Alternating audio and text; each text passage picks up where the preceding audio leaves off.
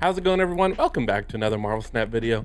So really quick, I want to go over the new cards coming to Marvel Snap for the month of December. There are 4 of them: Sebastian Shaw, Blob, Havoc, and Selene. I want to go over those, give you a 5-star rating on each of them, and which ones I recommend buying. And then I want to go over all the spotlight caches for the month, tell you which ones I recommend based on where your collection is at. The first card on the list is probably the card I'm most excited for. He's a season pass card, Sebastian Shaw. He is a 3-cost, 4 power. When this card permanently gains power, gain +2 more power wherever this is. The wherever this is part applies to cards like Okoye that buff cards that are in your deck, so he will still get that buff. But the most obvious slot for this card to slide into is Silver Surfer decks. I've been a huge fan of Silver Surfer decks since he came out last December. It's been maybe my second favorite archetype next to Lockdown. So again, I'm super excited for this card. So Silver Surfer had to go through kind of like an identity change with Werewolf by Night, where instead of running the Brood package that kind of clog up your board, you're running Werewolf to get one big card in that Werewolf and then get some other supporting cards and buff those with Silver Surfer. Sebastian Shaw lets you get a really big card in the Surfer deck without having to keep the space for Werewolf to bounce around. So this allows you to play that Brood combo with Brood into Absorbing Man, and then you can run the Nova combo, and it allows you to just keep Shaw in a lane and make sure you get to use the second best cards in those Surfer decks, again being Brood and Absorbing Man. I think it's going to be pretty good. I'm going to put it at a 4 out of 5 stars. I'm not giving it 5-star because it slots into a very specific deck. It's not as widely used as something like a Jeff or even a Werewolf could be. So only a 4-star for this one, but I'm really excited for this card. I cannot wait for it to come out. I'm buying it immediately. The next card on our list is Blob. That's coming out the second week, and Blob is a 6-cost, 4 power. On reveal, merge your deck into this and gain its total power. Ongoing can't be moved. I don't think the ongoing can't be moved thing matters that much. Blob is interesting. He has the ability to just be a really big card that you drop on turn 6. Obviously, you can ramp into him, play him on 5, and then Taskmaster on 6 to get a copy. But he has, if this card came out last year, it would be absolutely insane. But there are cards in the meta right now like Alioth. There are decks in the meta that are just doing more stuff than dropping one big guy on turn 6. I do think this card is going to slot well into like a Lockdown deck when you can guarantee a lane, maybe with a Storm or a Professor X, and then maybe have an Armor down in another lane where you can drop a Blob and just get a really big dude in that second lane. But I'm not too sure. I think he's going to be pretty average. I'm giving him a 3 out of 5 stars. It is worth noting that he destroys your whole deck. So if you're playing against Darkhawk decks, it removes the Darkhawk's power. Also, if you play with a deck tracker, you'll be able to calculate exactly how much Blob is going to be. If you're playing on mobile, can't really quite do that. You're going to have to keep track in your head. But if you're playing with a deck tracker on PC, you can do that math. So excited for the card. Interesting, but I don't think it's going to be super good. 3 out of 5 stars. Next up, we have Havoc. Havoc is a 2-cost, I believe he's going to be 0 power now. They had him at 1 power originally, and he reads, after each turn, you lose 1 max energy, and this gains +4 power. Again, I think it used to be +3 power, so it is now +4 power. I don't know exactly how to rate this one. I think it's going to be anywhere between 2 stars and 4 stars. Kind of a wide range there. This card could be garbage, and it could be, I don't know if I would call it meta defining, but it could be super annoying and be in a lot of decks. The main combo that I am worried about here is Havoc into Viper. If you play Havoc on turn 2, you'll lose that energy. On turn 3, you can Viper him over so your opponent gets him on turn 3 and then is essentially locked at 3 energy for the rest of the game. That's a big deal. The Havoc will get really big, but you can run things like Shadow King or Shang-Chi even, things to get rid of that Havoc eventually, and just lock your opponent at 3 energy. That's insane. I don't know how reliable that is going to be, but it is really powerful. So it'll be interesting to see what happens with Havoc when he comes out, the decks that he slots into. I think he can slot into a wide range of decks. The main other use for him, I think, is going to be to just play him on turn 5 for 2, play your turn 6 with 5 mana, which is actually a bigger disadvantage than I think people think, and he will essentially be a 2-cost 8 power at that point. Another great slot that he slots into is Mr. Negative decks, so maybe Mr. Negative is going to come back. Playing him on turn 6 as a 0-cost 6 power is just good. Again, turn 5 with Mr. Negative, you're gonna be playing a lot of cards for really cheap, so maybe having one less energy for the last couple turns isn't going to be that big of a deal. And I think that's kind of where his main home will be. But again, that Viper combo where you send him over is just gonna seems like it's going to be very annoying. And lastly, we have Selene, a 1-cost -1 power. On reveal, afflict the lowest power card in each player's hand with -3 power. So some obvious uses are to use Selene to hit your own hood and then play the hood and send it over with Viper. She also obviously slots into just a Nihilist decks. You play her, she's the -1, you can send her over, clog up your opponent's side of the board. And then of course with both of the goblins, the 3-cost goblin will make it a 3 -6, and the 5-cost one will make it a 5 -11, I believe.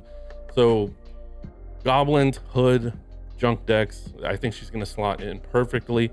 How good she's going to be, I don't know. I'm going to give her a 3-star, again an average rating. None of the cards except for Sebastian Shaw really stand out to me as much as, say, Werewolf by Night did, as Elsa did, as some of those cards. So I'm not overly excited for one specific card, but as the month as a whole, I'm excited for every week, especially coming from November with Gladiator and Martyr, just 2 dead weeks that nothing really changed in the meta. Nothing came out of either of those cards because they were both terrible.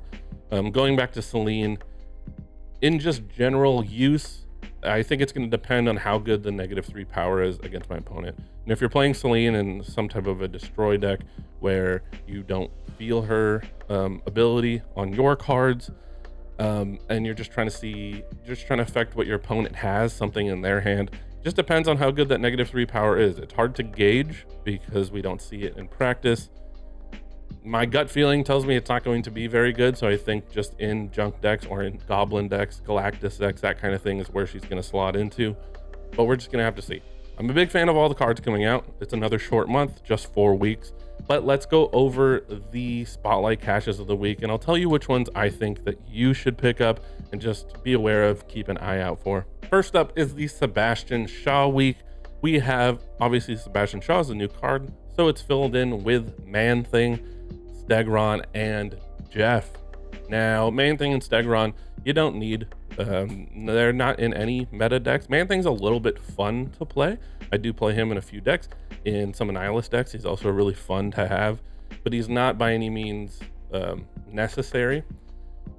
But the big card here is Jeff. Jeff is arguably the best 2-drop in the game. Jeff fits into decks where the deck's not even meant for Jeff. You just need to fill in some early drops. Jeff is the go-to. He's a fantastic card. He is in a wide range of decks, and I think he's a necessary card for people to have. He's probably the best card in the spotlight caches this month, and if you don't have him, I would probably recommend going for this. I know it feels bad because you're not also getting a chance at a new card. Say he was in this, Blob cache next week instead of Ravana, you would be getting Blob and Jeff and of course Living Tribunal. But so kind of in a weird spot here. But I would say that if you don't have Jeff and you really want to make the top decks, I would go for the Spotlight Cache. If you don't have Jeff and you also don't have Man-Thing and you want to play around Man-Thing, I really recommend this cache. Again, Jeff is just such a good card. Next up, we have the Blob week. We have Blob, Living Tribunal, and Ravana. Probably the cache that I would recommend skipping. Blob, again, I think it's just gonna be pretty average. I could be wrong, but I think it's gonna be pretty average. Living Tribunal, worth getting if you really want to try Living Tribunal decks. I hate them. I'm not a fan of them at all. They're not a top deck by any means. And if you're missing Living Tribunal, you're probably missing some of these other Series 5 cards that I think are necessity to have in your collection for a much more wide range of decks. And of course, Ravana is just not worth considering opening caches for. The next week, we have Havoc, Nico Minoru, and Legion. Now, Legion used to be a top 5 drop. It's not so good now. Dropping a 7 power on turn 5 is just not as good as it used to be. It's nice to have him, but he is Series 4, and you can open him with tokens if you need to. The main card here is going to be Nico Minoru. I recommend opening this both for Havoc and Nico Minoru if you don't have Nico and you have Werewolf by Night. The reason why Nico is so good right now is she slots perfectly into Werewolf decks. The ability to bounce Werewolf around, and then all of her spells that she casts are just very good for that deck. If Werewolf did not exist, she would slot into most Thanos decks and things, but right now, the reason why she is so good is for Werewolf. Also worth noting, Werewolf is going to come out, I think, at the end of next month in the Spotlight caches, so if you don't have him and you want him, and he's not nerfed by them, make sure you save some of your caches so you can open him later. But Nico, if you have Werewolf, fantastic card. Also, Havoc could be really good. Also, could be trash. I think he's probably the most fun card in the caches to try out on week 1 and just see the chaos, the havoc that he wreaks. I don't know if I'm proud of that one. That one kind of hurt. That one. And then lastly, we have Selene. Selene, I think, just gonna be interesting. I don't think she's gonna be super good. But I think in certain decks, she's going to slot in very well. Obviously, I already talked about her. The main draw of this Spotlight cache is Iron Lad. If you asked me maybe a month ago, I'd say this was 100% necessary to have. I don't think he's as necessary as, say, Jeff is. He's very good. I think he's the second best card that you can open in these Spotlight caches. So if you don't have him, I probably would recommend picking it up here. I don't know when the next time you're going to see him is. I don't know when series drops are going to happen. You do get Selene with it. Black Knight is just negligible. Really not any meta-defining decks using Black Knight or anything like that. But Iron Lad slots into a lot of stuff, and it's just very good. 4/6 that has his ability is just really good. So you have the opportunity here to get some key Series 5 cards that you maybe don't have. Again, specifically Jeff and Iron Lad. I would definitely pick those 2 up if you don't have them. If you're really trying to hone your collection and you're less concerned about the new cards and just trying to get those needed key cards, definitely pick those 2 up. I want to skim over next month also, just so you can have an idea of maybe you want to save some caches or not. You have High Evo and Hitmonkey on the first week. You have Galactus, Howard the Duck. Howard the Duck doesn't matter. Galactus, not meta defining, but super fun card. I recommend everybody pick it up. And then you have Annihilus, Phoenix Force, both very good cards. Phoenix Force has a very strong deck that I have a lot of fun playing. Annihilus, we'll see how good Junk is, especially after Selene gets introduced, but those are coming. And then later in the month, if they have not been nerfed, Loki is coming out, Elsa is coming out. Fantastic cards. Elsa's still good. She's not as good as she used to be, but the main card here being Loki, if he's still the same, if Loki decks are still as dominant, you definitely want to pick this one up and make sure you can pick it up. And then at the end of the month, Werewolf by Night.